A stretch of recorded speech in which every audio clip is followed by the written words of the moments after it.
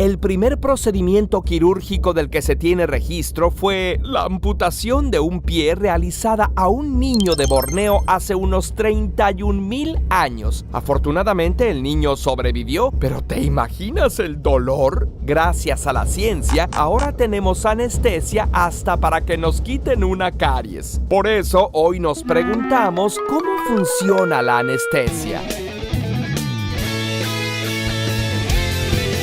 Este video es traído a ti gracias a Edutin Academy, la plataforma gratuita para estudiar en internet con más de 6,000 cursos gratis sobre cualquier tema, perfecta para las mentes curiosas, ávidas de conocimientos y habilidades. Cuando estás bajo anestesia general, puedes llegar a soñar y escuchar sonidos, y aunque el estado es diferente a estar dormido, tampoco es como que tu cerebro esté completamente desconectado. Es más bien un estado de coma, y de hecho, muchos de los fármacos que se usan para inducir o mantener un estado de coma son los mismos que se usan para la anestesia. Pero para entenderla, veamos cómo surgió. Después de los remedios herbales, uno de los primeros intentos de sedación surgió en Mesopotamia a partir de bebidas alcohólicas, aunque no tardaron mucho en descubrir que el opio era mucho mejor. Pronto este también se empezó a utilizar en Egipto, donde antes se pellizcaban la carótida hasta que el paciente se desmayaba por la falta de sangre en el cerebro. ¡Ay, como lo que hacía el señor Spock en Star Trek! ¡Qué peligroso! Aunque ocasionalmente también usaban la mandrágora. Así, cada cultura fue encontrando la forma de anestesiar. Los incas usaban coca para las trepanaciones, los árabes la esponja soporífera que contenía opio, mandrágora y cicuta. Hasta 1772, Joseph Priestley descubrió el óxido nitroso o gas de la risa, como se le conoce por sus efectos hilarantes, aunque no se empezó a usar sino hasta mucho después. En 1804, el médico Hanaoka Seishu fue el primero en realizar una cirugía bajo anestesia general en la que el paciente quedaba completamente inconsciente. Seishu realizó unas 150 operaciones, aunque la noticia llegó 50 años después al occidente, y aún hoy su receta es todo un misterio. El cirujano y farmacéutico americano Crawford Long vio que bajo la influencia del éter sus amigos no sentían nada, así que en 1842 lo empezó a usar como anestésico, aunque tardó en anunciarlo ya que el éter se consideraba una droga recreativa. Luego surgió el cloroformo, aunque era bastante común que se les pasara la dosis. El conocimiento fue construyéndose poco a poco hasta llegar a la anestesia que conocemos hoy en día. Podemos decir a grandes rasgos que hay 3 tipos de anestesia que se aplican.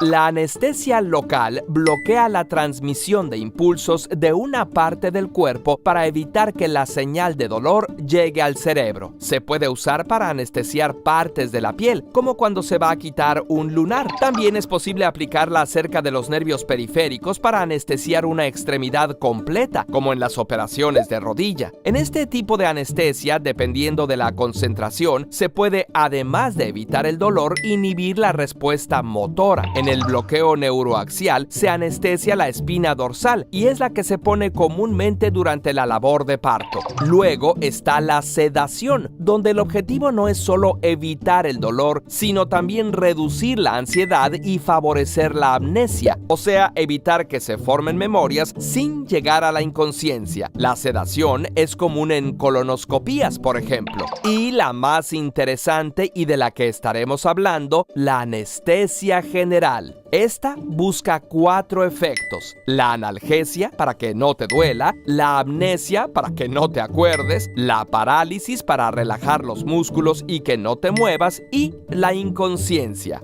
Para lograr cada uno de los objetivos de la analgesia, según el procedimiento que se vaya a realizar, se usan diferentes fármacos, y para la anestesia general no se usa 1 o 2, sino todo un cóctel. Por eso, antes de realizar cualquier procedimiento, se debe estimar el riesgo de cada paciente, conocer la historia clínica y realizar exámenes físicos y de laboratorio para saber qué fármacos te pueden aplicar. ¿Y por qué se debe dar todo un cóctel? Bueno, en los comienzos de la anestesia general, los objetivos solo eran lograr la parálisis y la inconsciencia, pero resulta que aun cuando estás inconsciente, tu cuerpo responde involuntariamente al dolor. Así que antes, cuando se hacían las cirugías, la presión cardíaca y sanguínea se elevaban tanto por el dolor que los pacientes sufrían ataques al corazón o accidentes cerebrovasculares y morían en la misma cirugía o unos días después. Gracias a Harvey Cushing se logró identificar el estrés quirúrgico y se empezaron a administrar analgésicos para evitar la respuesta al dolor, aunque esta medida no estuvo libre de complicaciones. Demasiados analgésicos hacen que sea más difícil despertar de la anestesia. Por eso la anestesia es todo un arte. Es necesario combinar los fármacos de la mejor manera, tiempos y cantidades de acuerdo a cada paciente y cirugía y según cada etapa, para que el paciente no sienta la cirugía, pero para que también pueda despertar cuando termine.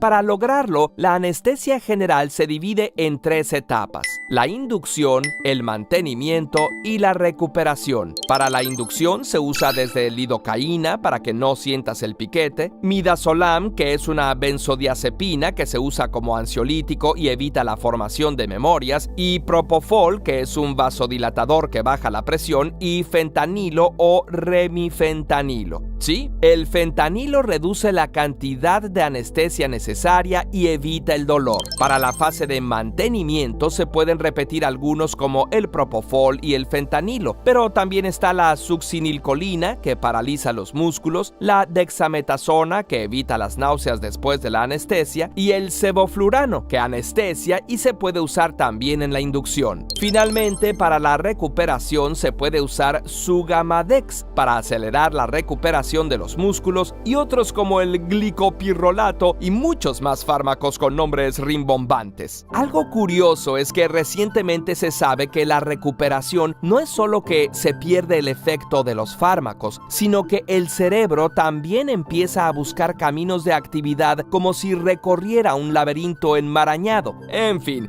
el proceso es complicadísimo, y esto aclarando que es una sobresimplificación. Por eso, para poder ser anestesiólogo, es necesario ser médico y estudiar una especialidad. Drogas como la morfina, metadona, codeína, propofol, fentanilo e incluso el remifentanilo se usan constantemente bajo anestesia general, y de seguro te estás preguntando, ¿me puedo volver adicto a estas sustancias si me las aplican durante la anestesia general? Y la respuesta es que no realmente. La razón principal es que estás inconsciente y tampoco formas memorias, así que ni te das cuenta ni te acuerdas del colocón que te dieron. El riesgo se corre cuando estas drogas se prescriben después de la cirugía para manejar el dolor y en personas con un historial personal o familiar de abuso de sustancias. Es cierto que no se sabe absolutamente todo acerca de cómo es que funciona la anestesia, pero querer encontrar un solo mecanismo para la cantidad de fármacos que se usan y sus interacciones resulta complejísimo. A grandes rasgos se sabe que la anestesia altera la forma en la que se liberan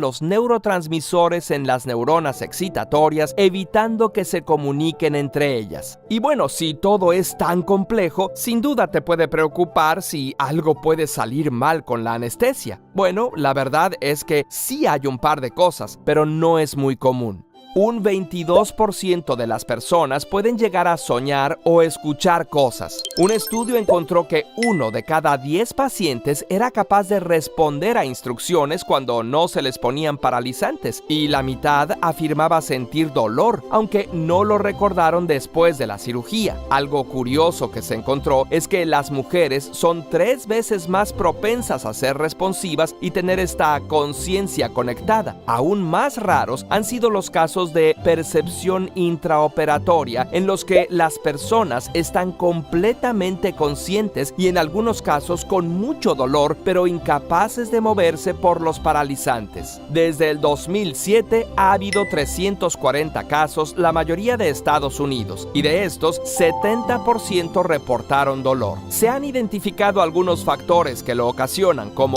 el abuso de sustancias, problemas con otras anestesias, algunas condiciones médicas, el consumo de ciertos medicamentos y suplementos, cirugías de emergencia, problemas para respirar y variaciones genéticas. De igual forma, para evitar estas situaciones lo más posible, hay un listado de todos los signos a los cuales el anestesiólogo, médico y enfermeras deben estar atentos. Y en caso de que te pase, ojalá que no, puedes ayudar a la comunidad médica a atender mejor tu caso subiendo tu reporte. Otros efectos de la anestesia pueden ser el delirio postoperatorio. Durante la recuperación, el cerebro va despertando a diferentes ritmos y los pacientes pueden volverse violentos o intentar quitarse los aparatos que los conectan. Es más común en niños de entre 2 y 10 años, pacientes mayores, cuando hay un estado de ansiedad o confusión antes de la anestesia y en algunos tipos de cirugía y anestesias. Por lo general dura poco y no tiene consecuencias. Los adultos mayores también pueden presentar un estado de confusión postoperatorio por unos días o incluso meses, conocido como deterioro cognitivo postoperatorio. Y también está el miedo de decir algo que no te gustaría revelar. El tiopentato de sodio fue conocido como el suero de la verdad y se sabe que el efecto de este y algunos anestésicos es la desinhibición, pero la desinhibición no es lo mismo que la honestidad. Podrías decir cosas que normalmente solo pensarías, pero también mentiras titánicas. Lo más probable es que solo balbucees tonterías, te rías y digas que tienes sed unas 200 veces, pero es poco probable que vayas a revelar la contraseña de tu cuenta bancaria, y es más probable que hables de algo que te molesta o de experiencias pasadas si aún no las has superado. La ketamina es un anestésico que se ha explorado con fines terapéuticos controlados para tratar la depresión como una forma de reprocesar experiencias pasadas. Pero si no quieres revelar nada, lo mejor antes de una cirugía es ir tranquilo y sobre todo haber sido honesto con los profesionales de la salud que te van a atender desde el momento de tu historial clínico y análisis y seguir todas sus indicaciones al pie de la letra. Actualmente, las muertes exclusivamente por efectos de la anestesia son bastante raras, una